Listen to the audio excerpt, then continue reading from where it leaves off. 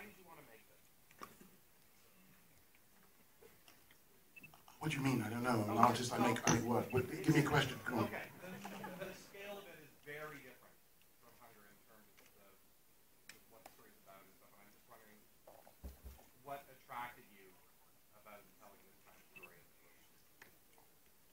Okay. Well, the situation was I like the idea of working, telling the story because it was about obviously addiction, but also this story had to do with addiction, which needed another person. In order to fulfill this addiction, you need another person. So the whole idea of relationships and discommunication and communication sort of really attracted me. And it's just one of those things where it's great drama, really. And you think of films which sort of deal with addiction, like Lost Weekend by Billy Wilder, which was a sort of amazing film at the time and very controversial at the time. Dealing with alcohol addiction. I just want to sort of deal with a phenomenon which was very much of the moment to some extent. And it stems from the internet, really. A conversation myself and Abby Morgan had about the internet, and it spiraled into the whole idea of sex addiction. And from there we went to New York and did some research, and there we have it. Yeah. The sound mix of the music in particular is very intense. And I was wondering if you could talk a little bit about the way that you wanted to use music in your film, the score, in addition to the music that we hear, in the scene. Well, I don't want to use music to manipulate. I'm so not interested. I just wanted to sort of, in fact, co-enhance with the images. And similar to silent cinema, sometimes what happens is that the images and the sound and the music sort of coexist in a way which is one. And that's what I wanted to do with the sound. So sound is my thing, really. I very much love sound. Can you hear me? Fucking hell. It's a joke, never mind. Yeah, anyway, so that's it, yeah. Question here?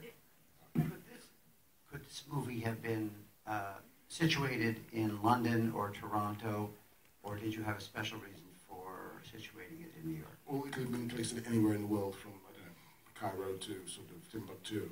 It's one of those places, things which could have been anywhere. But what happened was we started to try research in London, but no one would talk to us in London.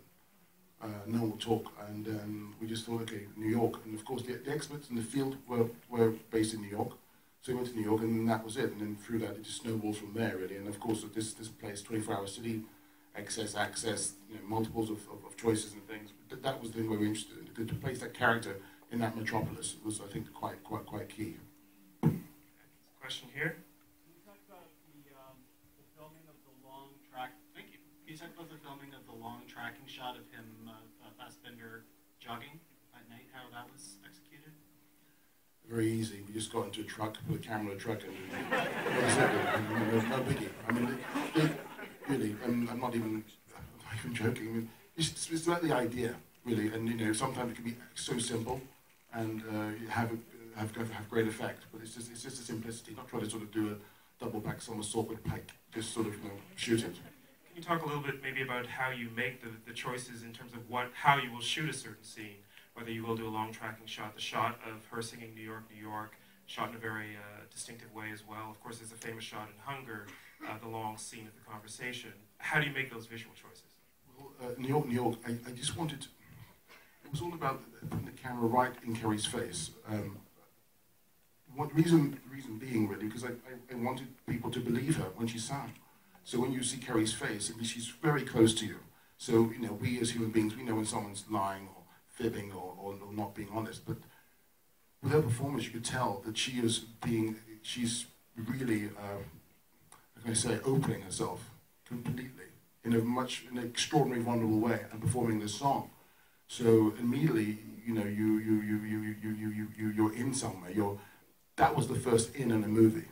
Most of the time, up until that point, we were sort of being pushed away a little bit, or we're told little things. But then this woman opens her heart to Brandon, and of course Brandon responds. But what's going on there in that one sequence is that there's three things going on. There's the first time that she's ever had a conversation, I think, well, communication as such, not communication with Brandon, and he's listened, and he's responded in the whole movie. And it's happened in an abstract form. It's happened in her singing New York, New York, but turning it into a blues. He's actually listened to her and acknowledged her and responded. The second thing is that she's what she's doing is describing their background. She's sort of telling where they come from and possibly hopefully where they could go. And of course what she's doing is talking about the surroundings, the outside of the building, the actual location that they're in, and where we are now, as far as New York is concerned. So there's three things, the three strands of thought going on, and just to hold the camera on her and then cut to Michael and hold him is honest. It's you guys know if people are lying, because that's what I wanted to get across some kind of honesty, and that's it. Then we go back, and it's real time. So real time and honesty that builds, it grows on you.